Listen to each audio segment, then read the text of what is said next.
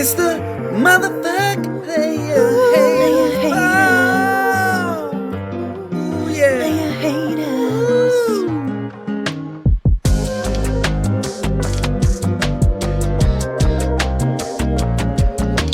What's up, guys? Hey, first and foremost, we got to give our shout out. Happy birthday to Christopher Walker. Sir, happy birthday. Yeah, that's right. Ray's back there. Hey, Ray. Also, happy birthday to Aiden Tommy Reese Dobson. 16. Wow. 16. It's fucking nuts. Anywho, let's get right into today's episode of recapping week 6. That's right. It's week 6, and yours truly has gone through 41 moves. So if you've got somebody out there that you think that I might be interested in on the waiver wire, which trust me, there are a few, hit me up, Shohei Ohtani. Just fucking with you. Let's give some kudos, okay? I want to give some kudos to some people from last week. And that's how we're going to recap this week because, man, some kudos went down. Let's, first of all, in the matchup of myself and Jason, let's give some kudos to Jason. Kudos, Jason. You streaming sack of poo. Went out there, grabbed Chad Patrick, and before you know it, before the next turd came out of Jason's asshole, he dropped that motherfucker, but that motherfucker gave him 4 strikeouts, and he only needed 3 of them to take down this guy. Actually, no, I think he got 55 Ks. You know what? We can just look at it, click on the motherfucker, and look at it. You got 55, so you only needed 2 of those 4 that old Chad Patrick gave you, and Bob's your uncle. There you go. You took Ks, you tied that category, and yeah. This was pretty close, though, for you and I when it came down to the pitching categories. I pulled up Ortiz's numbers, and I was like, all right, his first couple of games, that dude had some strikeouts, and then his last few that he's pitched, I was like, he had some blow up. And kudos, Jason, I'm being sincere. The ball's on you to play Luis Ortiz after the last few matchups that he's had because that was a very close ERA going into last night, and you took the right risk. You played him. You won a category, tying the score, but it would have been a little bit risky because that ERA was up for grabs, and you kept it within reach for yourself. So, hey, kudos, my man. I'll take a tie rather than a loss. So, hey, awesome. But the batting categories, you said it yourself, were lacking a little bit. Dude, they're lacking for me too. I wasn't some world beater last week, and you had every opportunity, just like me, but you had every opportunity to take those home runs and those ribbies. I did run away with the runs, but I couldn't catch up with you in stolen bases. Not at all. Had some good numbers put up by guys like, I guess, Corbin Carroll. But Shohei Ohtani was my workhorse last week. Thank you, Shohei. Hats off to you, sir. Looking really good as the number 1 overall pick last week. 9 runs, 4 home runs, 10 ribbies, and 1 stolen base. Need some more stolen bases from guys like Corbin Carroll. I picked up Victor Scott, hoping that he would, dart out and grab some. But nope, couldn't compete with one Trey Turner and Wyatt Langford. Was Wyatt Langford known for stealing bases in college? I don't remember him swiping backs. How about this, by the way? If you guys get a second, watch the interaction between this Texas baseball player. He's like pinch hitting in, I want to say, like the 7th inning. It's an 8-1 game, and I think his name was Jonas something. Just watch the video of how he interacts with the Florida Gators pitcher. He ends up getting a walk out of the at-bat, but it was just so funny, like how animated he was when receiving the walk and your team is down by 7 runs and the game's almost over. Like, again, you got your base, but dude, he like tossed his bat after getting a walk. Somebody needs to teach that kid, get in his ear right now, like, hey, slow your fucking roll, bro. Okay? Understand, read the room or the fucking field. Anyways, go Gators. They have turned that whole season around. It was abysmal at first, but I love it. So, anywho, moving on.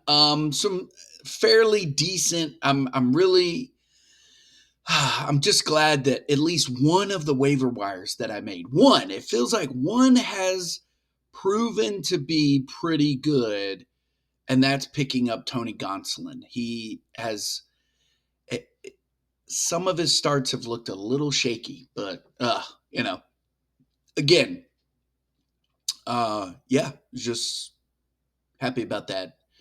Um, Not much more I can say about that. Anyways, moving on. Kudos continues. Let's give some kudos to Mandalorians. Scott, we appreciate what you do in your family and for the service of this league. Look, we get it. Shane, all hail Shane. Everything that he does is almighty. But I'm still a little bitter about last year. Still a little bitter about the fact that, what went down. But it's all right, Shane. We're moving towards trying to, I don't know, contract amnesia to forget what you did, because I'm not going to forget it. And again, let's not forget, I was going up against a team that just had the fucking roster. I mean, you had Aaron Judge and Shohei Ohtani, right? And Corbin Carroll. Like, you're not beating that. I think that's who you had.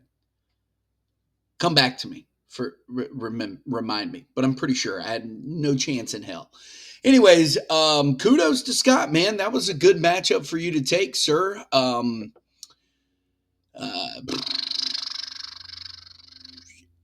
Shane got you in the home runs, ribbies, and the stolen bases, but you took him in runs, average OBP, so you two split the batting categories. Very good pitching numbers on both you guys' front, but the more strikeouts went to Scott's way and the lower ERA. But again, you guys tied in wins, you tied in quality starts.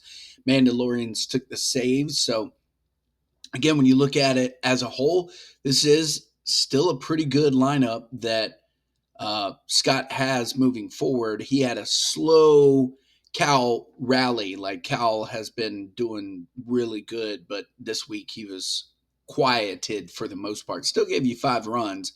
Nathaniel Lowe, not probably the best first baseman to have, but he'll give you some production week to week, with every other week, something like that. Manny Machado, doing pretty good things, but again, like, not having Fernando Tatis, just huge head scratcher in that one. But Corey Seager came alive, and now he's back day to day. Gosh, what could be from Corey Seager, if he just stays healthy a whole season.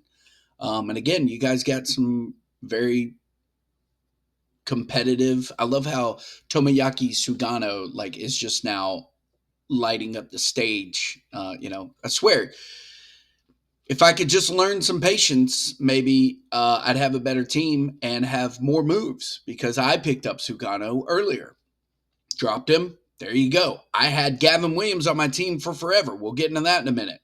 Dropped him. And Lucas Giolito, dropped him. And there you go. So, yeah, just sucks all around. Let's give some kudos to the lady behind me, Rayford Peaches, saying, "You're not going to do what you just did to my husband." No, sir. Beat the shit out of Josh. This was an ass beating. Not really, but it was close. And how crazy is it that, she had Bryson Stott, Nick Castellanos, and could have gotten the 8th home run to take that point away. And she benched Dylan Moore, and Dylan gave her the home run. But you just heard it.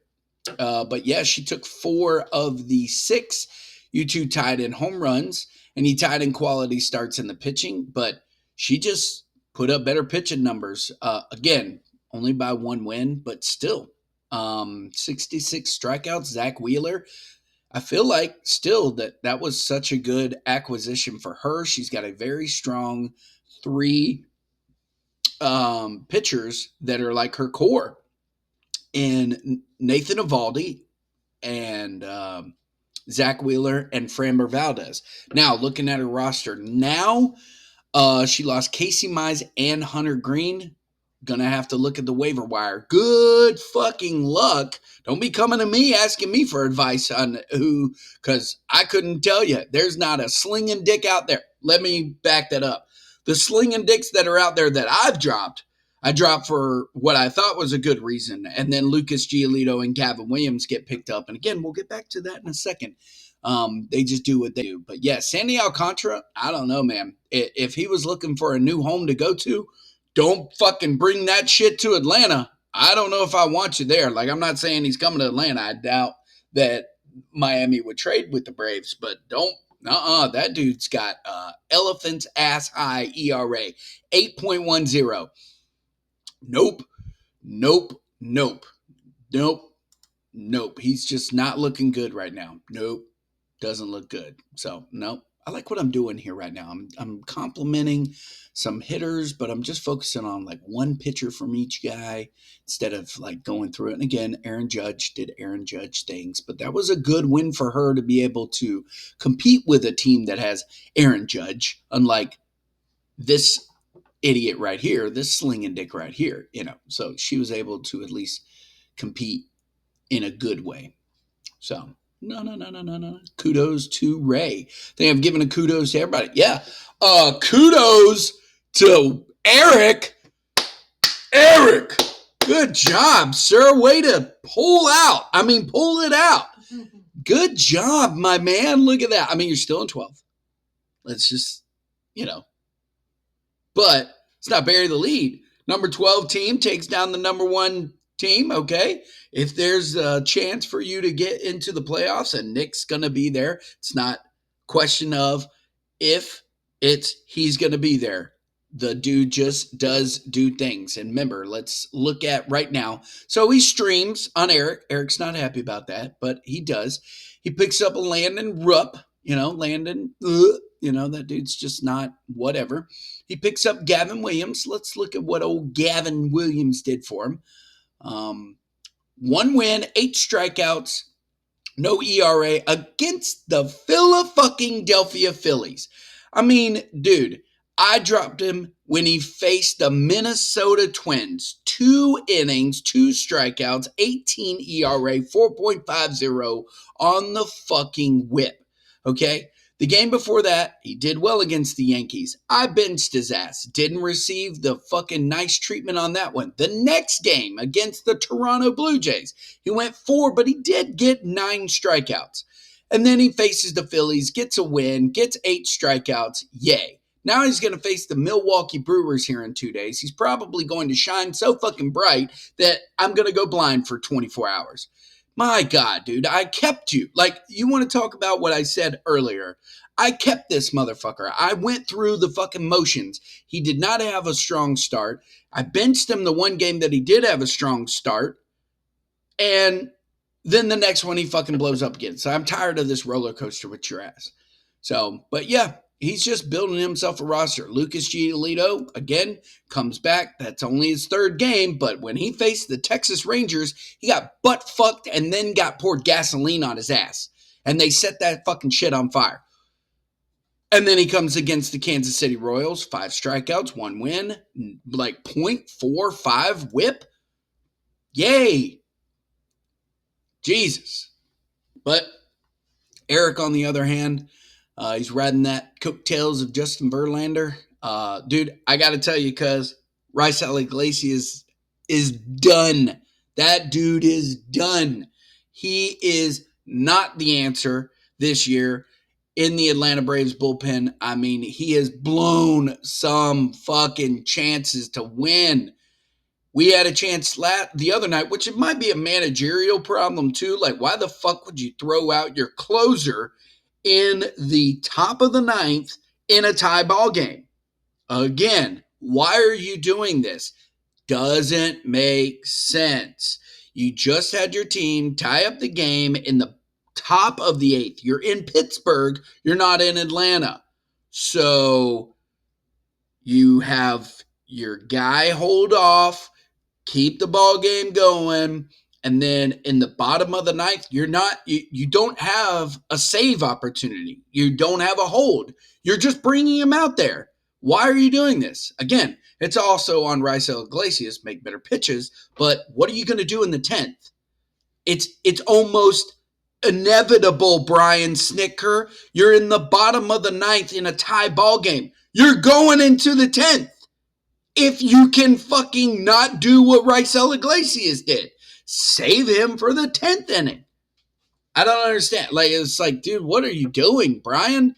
Stop with this bullshit. Like, he wasn't in line to save the game. It was not a high leverage situation.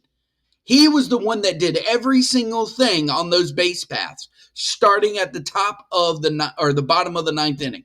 That was Raisel. Okay?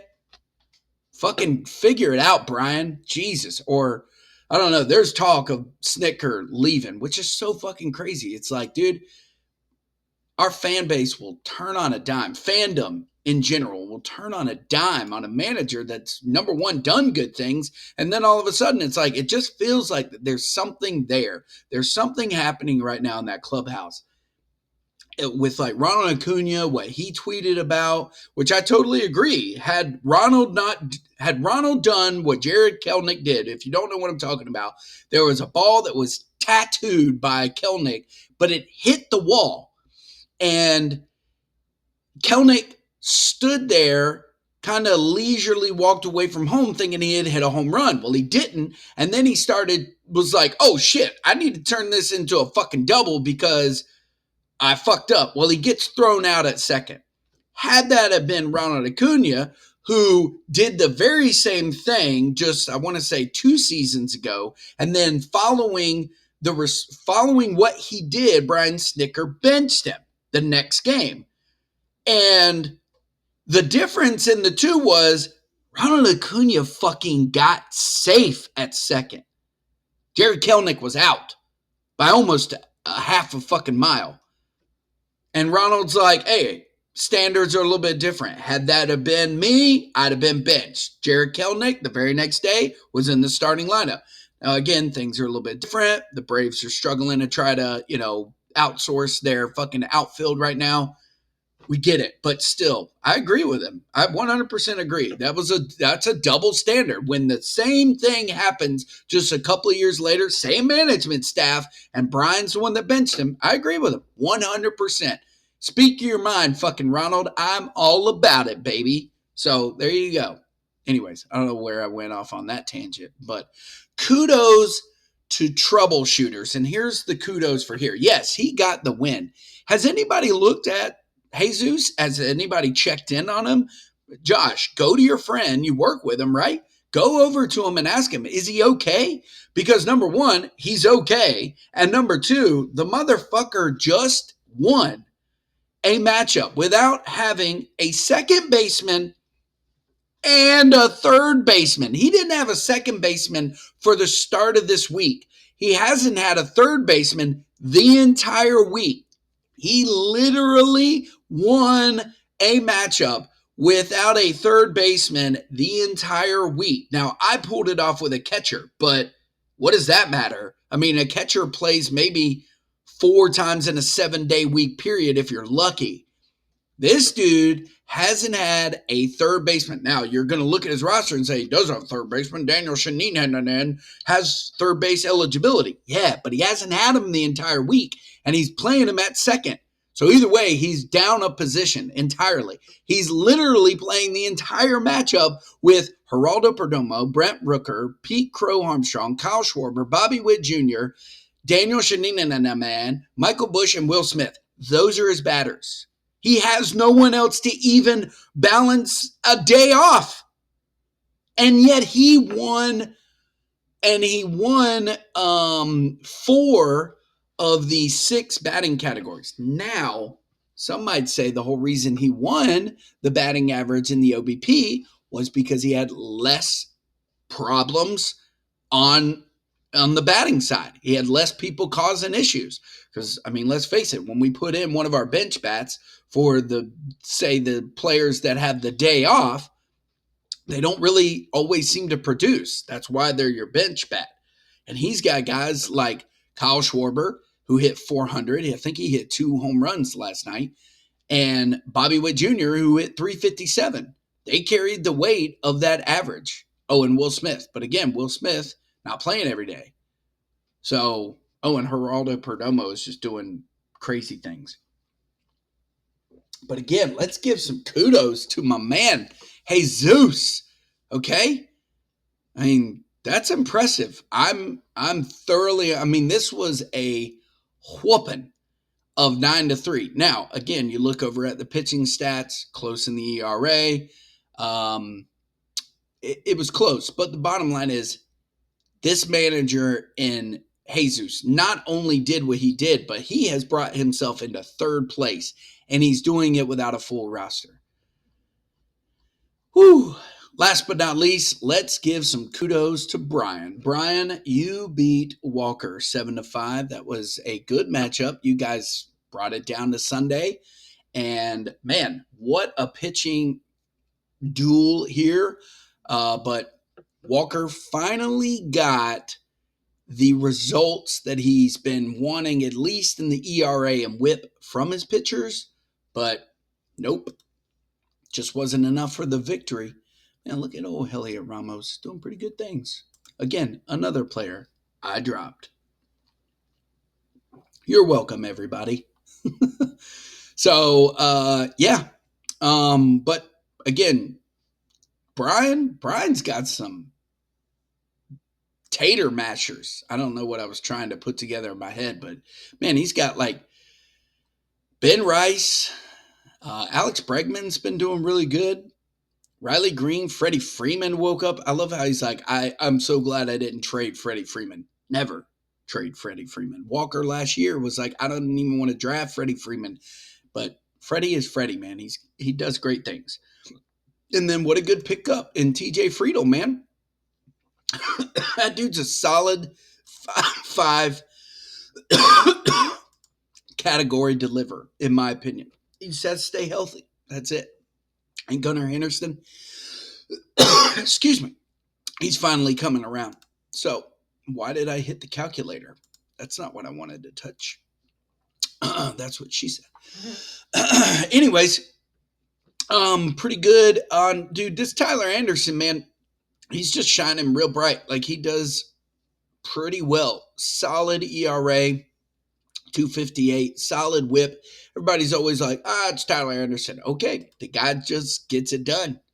So, but yes, again, Walker finally got the pitching stats that he needed, and but it just wasn't enough. He only won, he won 4 categories in the pitching, and very close in the runs between these two guys.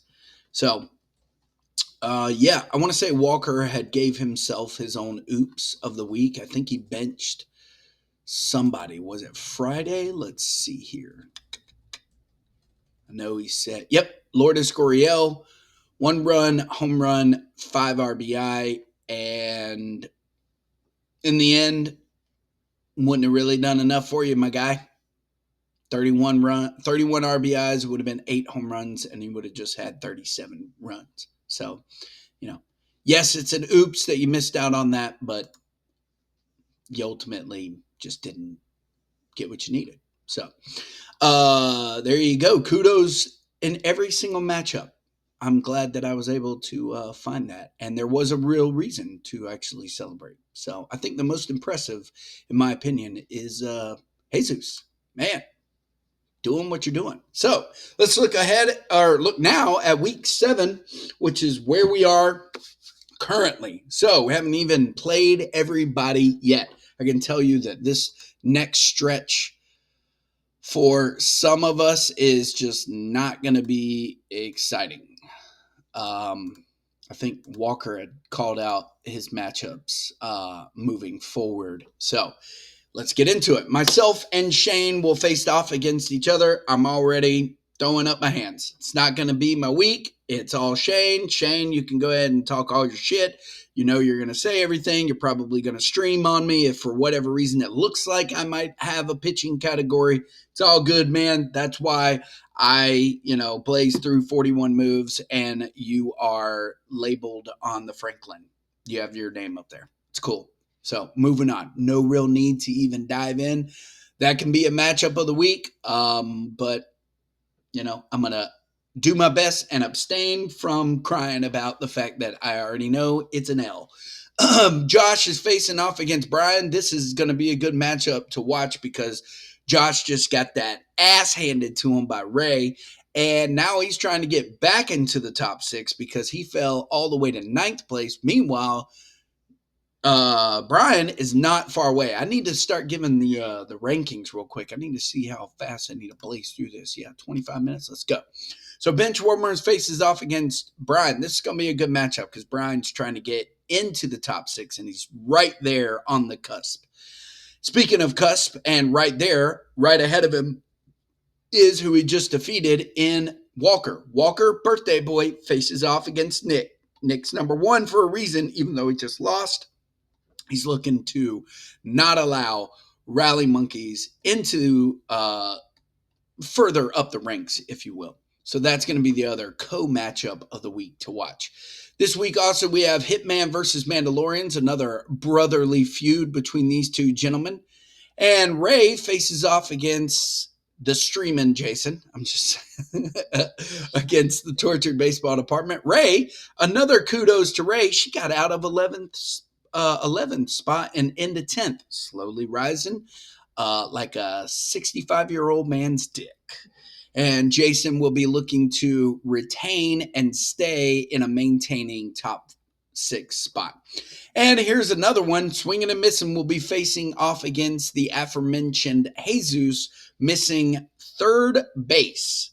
Will he pick up a 3rd baseman to start this week? And obviously he won't have today for the player, but is he going to make a trade? What's going to happen? I can tell you, I can see into the future. If Eric loses to a guy that does not have a 3rd baseman and B, bench bats, Eric's quitting. He's going to lose his fucking mind. Okay? I'm telling you, I can see into the future.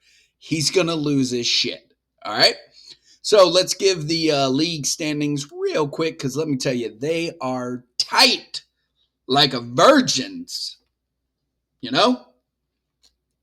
Nick leads the way, and he's tied with Shane. So co-first place people, okay, with a 0.583%. Right behind them, 2 games back, is another co-second place. Troubleshooters and Tortured Baseball Department share 2nd place. And then a shared 3rd place is between me and Walker. That's how fucking tight this shit is. Nick and Shane are in 1st. 2nd place is Troubleshooters and the Torture Baseball Department, Jason and Jesus. And then myself and Walker share 3rd place. And you know what? Let's just have a shared 4th place with Brian and Scott. I mean, why not? And standing alone in 5th place is Josh in Benchwarmers. And in 6th place is Rayford Peaches. Now, obviously, I'm not an idiot. I can read their ranking. I'm just saying the winning percentages are as they are. That's how fucking tight this is. If you looked at it that way, we have a co-1st through 4th. It doesn't change until we get to 5th and 6th. Okay? But now let me read it currently how it really is. Nick is 1st. Shane is 2nd. 2 games back from both of them gentlemen is Jesus and Jason. 4 games back from those leading the way is myself and Walker. 7th place, half a game back from myself and Walker is Brian and Scott. Josh is 3 games back from Brian and Scott. And only 4.5 games back. I'm sorry, 5.5 games back. Wait, my math sucks. 8, 9, 10, 11, 12. Yeah, I was right. 4.5 games back from Josh is Ray. And 1 game back from Ray is Sean. And 5.5 games back from Sean is Eric. So Eric's still got a long ways to go. I finished that just in time. Boys, have yourself a good week. Walker, happy birthday. And Ray, happy Mother's Day. The day is over. Move on from it. Okay. Next up is Father's Day. It's the most forgotten holiday in all the world. Have a good day, boys. It's the motherfucking